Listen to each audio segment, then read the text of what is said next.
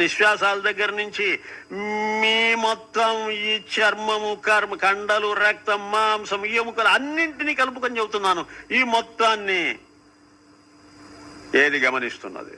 నీ చూపు. నీ చూపు అంటే నీ జ్ఞానం అనుకో. గమనిస్తున్నది బాహ్యంగా ఉండే ప్రపంచాన్ని అది గమనిస్తుంది. ఆ జ్ఞానమే గమనిస్తున్నది. ఈ శరీరాన్ని చూస్తున్నదే ఈ మొత్తం ప్రపంచాన్ని. సరేనా? ఆ చూపు దేని మీద పడుతున్నదంటూ దేన్ని చూడాలో దాని మీద చూపు పడాలే. ఇప్పుడు కాదండి, ఇప్పుడు మైకుని నేను చూడాలనుకున్నాను, మైక్ మీద నా చూపు పడకపోతే మైక్ ఎట్లా కనిపిస్తుందండి? మరీ అంత అన్యాయం అండి. సరేనండి, చూపు పడాలంటే ఎక్కడ పడాలండి? ఎక్కడ పడాలండి? ఇక్కడ పడి ఇక్కడ పడకపోతే కనిపిస్తుందండి. ఇక్కడ పడి ఇక్కడ పడకపోతే కనిపిస్తుందండి. ఇక్కడ పడి ఇక్కడికి పడకపోతే కనిపిస్తుందండి. అప్పటికి ఎక్కడ పడాలంటావు? మైకు మొత్తం మీద పడాలి. అప్పటికి మైకు దేనిలోకి వచ్చింది? మైకు దేని లోపలికి? ఇది మూడవదండి, మూడవ మెట్టు ఎక్కుతున్నా. ఇప్పుడు 2 మెట్లు ఎక్కా, మూడవ మెట్టు ఎక్కుతున్నా. మైకు దేని లోపలికి వచ్చింది? నా చూపు లోపలికి వచ్చింది. అంటే నా జ్ఞానం లోపలికి జ్ఞేయం వచ్చేసింది. వచ్చేస్తే ఏది పెద్దది, ఇప్పుడు ఏది చిన్నది? జ్ఞానము పెద్దది, జ్ఞేయమైన పదార్థము చిన్నదైపోయింది. దేని లోపలికి ఏది వస్తుందో అది చిన్నదవుతుంది. అయిపోయింది. సరేనా? ఇప్పుడు ఏది వ్యాపిస్తున్నది, ఏది వ్యాపించడం లేదు? జ్ఞానము వ్యాపిస్తున్నది, అది వ్యాపించలేదు.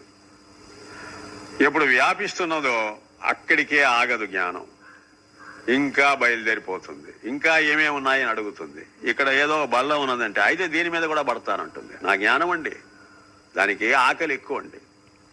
అన్నాద కదండి, అన్నం తినాలి కదండి. అది ఇప్పుడు ఈ అన్నాన్ని తినేసింది. ఈ బకాసురుడికి ఇంకా ఆహారం కావాలి, ఆ బల్ల మీద పడతానంటుంది. ఇంకా ఆహారం కావాలి, ఆ పట్టా మీద పడతానంటుంది. ఇంకా కావాలి, ఈ మొత్తం హాల్ మీద పడతానంటుంది.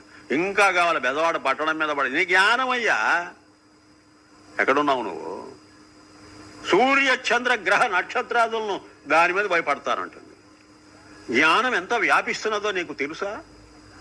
నువ్వు దాన్ని గమనించావా?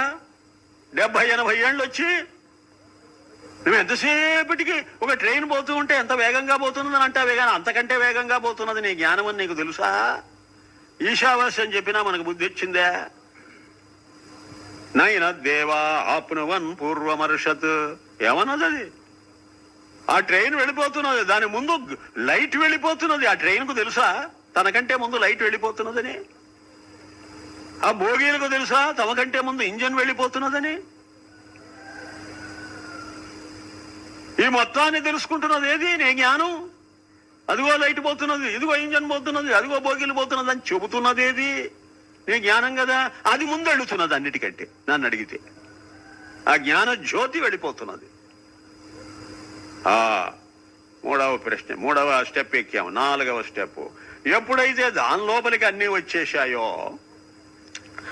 అది గమనించకపోతే ఇవి కనపడవో, ఏది దేని మీద ఆధారపడ్డది? గమనించే చూపు మీద గమనించబడే పదార్థం ఆధారపడ్డది. గమనించేటువంటి జ్ఞానమే లేకపోతే ఆ పదార్థం ఉందో లేదో ప్రమాణం ఏమిటి? ప్రూఫ్ ఏమిటి? అది ఉందో లేదో? ఎప్పుడో కూడా సాక్షి ప్రమాణము జ్ఞానమే. అది తెలుసుకోండి. ఎప్పుడైతే అది లేకపోతే ఇది లేదో అర్థం ఏమిటో తెలుసా? ఇది అదేనని. అది 5వ స్టెప్. దీనికి ఏమిటి చెప్పు? ఓ బంగారం లేకపోతే కాసుల దండ ఉంటుందా? ఉండదు. కాసుల దండ అబద్ధమని ఎప్పుడు చెప్పాలంటే తనపాటికి తాను ఉండకపోతే. బంగారం మీద ఇప్పుడు ఆధారపడదో చచ్చగొడ్డు అయిపోయింది. అయితే దాండా బతుకే కాదు. ఏం కారణం? అది లేకపోతే ఇది లేదుగా. మరి ఏదైతే స్వతంత్రమైన పదార్థం, స్వతసిద్ధమేది, దండ లేకపోయినా బంగారం ఉంటుంది. ఈ ఒక్కప్ప ఆ ఇంటి జాలదటండి వేదాంతం అర్థం చేసుకోవడానికి. నాకున్న జ్ఞానం ఉంటుంది, జ్ఞానం లేకపోతే జ్ఞేయం లేదు. ఇది దార్ష్టాంతికం. గ్రహించేది లేకపోతే గ్రహింపబడే ప్రపంచం లేదు. కనుకనే ప్రపంచం మాయా మిథ్య అంటే అర్థం అది. ఇది చాందోగ్యం ప్రజ్ఞానం బ్రహ్మ.